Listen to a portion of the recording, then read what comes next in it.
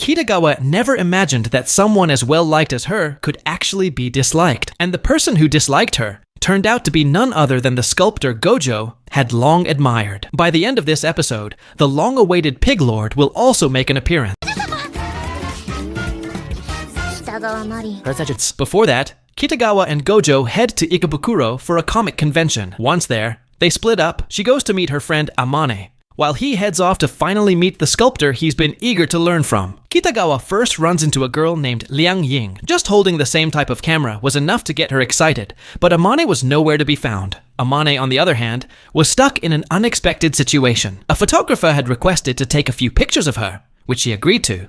But when she turned around, a long line of photographers had already formed. Just when she was wondering how to meet up with Kitagawa, she was the one who found her first. Amane apologized for being late, but Kitagawa's attention wasn't on the endless queue. It was on Amane's stunning cosplay of Beidou Neko. The starry patterns inside the uniform skirt were dazzling, and her little beauty mark and sharp tooth made her look irresistibly cute. Amane explained that she chose this character because she admired how Beidou Neko always responded to haters with a cold middle finger. That fearless attitude spoke to her, and Kitagawa wholeheartedly agreed. It was the kind of confidence she admired in women. After chatting, Kitagawa introduced Amane to Liang Ying, but Liang Ying was already frozen in disbelief. She couldn't believe this gorgeous girl was actually a boy. Dressed not just adorably, but also provocatively. She even worried Amane might get into trouble for dressing like that. Wanting to help, Liang Ying came up with a way to shorten the endless photo line, asking the last person to block the queue and let others know it had closed. She even volunteered to do it herself. Thanks to that, Amane was finally able to pose freely for Kitagawa's camera, striking the requested poses while Kitagawa nearly melted from her cuteness. Soon the crowd dispersed, and Amane asked whether Gojo had arrived. Kitagawa explained that he was meeting someone else, while Liang Ying mentioned they'd later be joined by another friend, one cosplayer and one sculptor. Meanwhile, Gojo received a message, and, after describing their outfits, began scanning the crowd with excitement. To his shock, the person he was supposed to meet turned out to be a grown woman, instead of the student he'd imagined.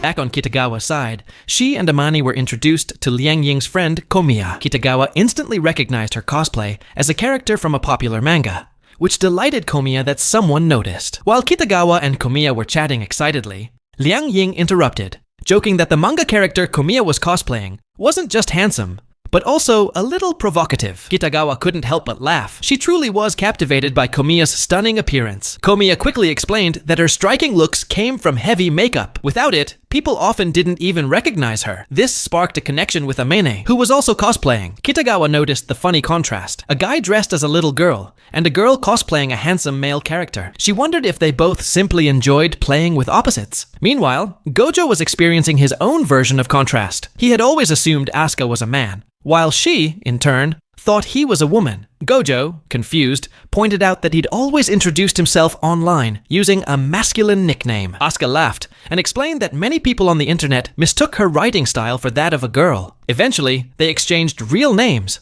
and Gojo eagerly asked what character she was cosplaying. He'd searched online, but couldn't find anything. To his surprise, Asuka revealed that her outfit was an original creation. She explained that cosplay generally falls into 3 categories. Characters from manga or anime are called copyright cosplay, uniforms or specific outfits are professional cosplay, and completely self-designed characters are original cosplay. Hers belonged to the third type. Gojo was fascinated, but Asuka humbly dismissed her work, saying her design wasn't anything special. The kimono-style outfit and samurai sword with traditional patterns, she felt, lacked originality and creative spark. Hearing this, Gojo was devastated. To him, her work was deeply moving, regardless of what she thought. He passionately explained how much her cosplay meant to him, even adding some clumsy gestures that lightened the mood. Seeing his sincerity, Asuka agreed to answer his questions about sculpting. But before diving in, Gojo pulled out his phone, eager to read the long message he'd typed earlier, but never finished sending. Asuka was stunned. He had already written so much online, yet here was an entire second half waiting on his phone. Just as he was about to continue, Kitagawa called.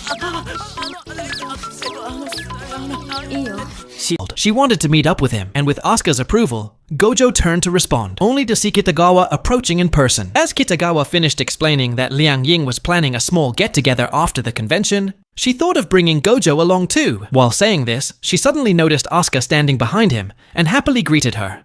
But Asuka's expression didn't look very welcoming. Soon, Kitagawa realized that Asuka was actually part of Liang Ying's group of 3. When she introduced Gojo, Asuka seemed surprised. She had assumed Gojo Shinpei was a girl's name. With an awkward smile, she muttered, "So, a wild high school boy, huh?" Gojo introduced himself politely, and just then, Liang Ying seemed to realize something troubling. She quickly messaged Komiya, warning that Kitagawa and Asuka meeting like this could turn out to be dangerous. The scene then shifted to the after-party. Komiya had removed her heavy makeup, revealing her natural look. Kitagawa, curious, asked if there was always an after-party once a convention ended. She learned it was a casual meetup, where friends exchanged photos, planned the next event, and discussed upcoming cosplay ideas or group shoots. Kitagawa found the idea fascinating. Excited, she wanted to share the photos she had taken of Amane earlier. Amane, watching them smile together, suddenly noticed something odd. Asuka was sitting opposite her, face lowered, looking rather gloomy. The mood lightened when Komiya pulled out her favorite plush toy. Gojo was startled, an adult carrying a doll around, but when he saw her talking to it, he couldn't help but recall how he had once spoken to his own dolls. That made him feel like he had finally found someone who understood him. Kitagawa had to call him back from his thoughts. Soon after,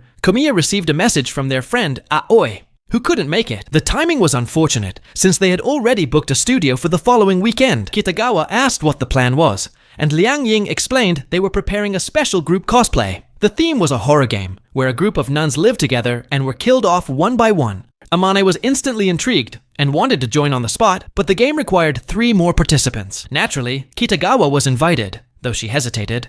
She admitted she had gained some weight recently and couldn't pull off a new character. Plus, there wasn't enough time to prepare a costume before next week. Liang Ying reassured her that the event had a set of standard costumes prepared. Kitagawa instinctively turned to Gojo. After a bit of encouragement from him, she immediately agreed to join the horror cosplay game. But while the group celebrated, Liang Ying was the only one who noticed Asuka's mood seemed unusually tense. Kitagawa then suggested inviting one of her own acquaintances, Cole. With everyone's approval, she quickly dialed his number. Watching this, Gojo suddenly realized who she was talking about and wondered, could it really be that person, the one known for being so particular about cosplay? He was right. It was none other than the hugely popular Piglord from the previous season.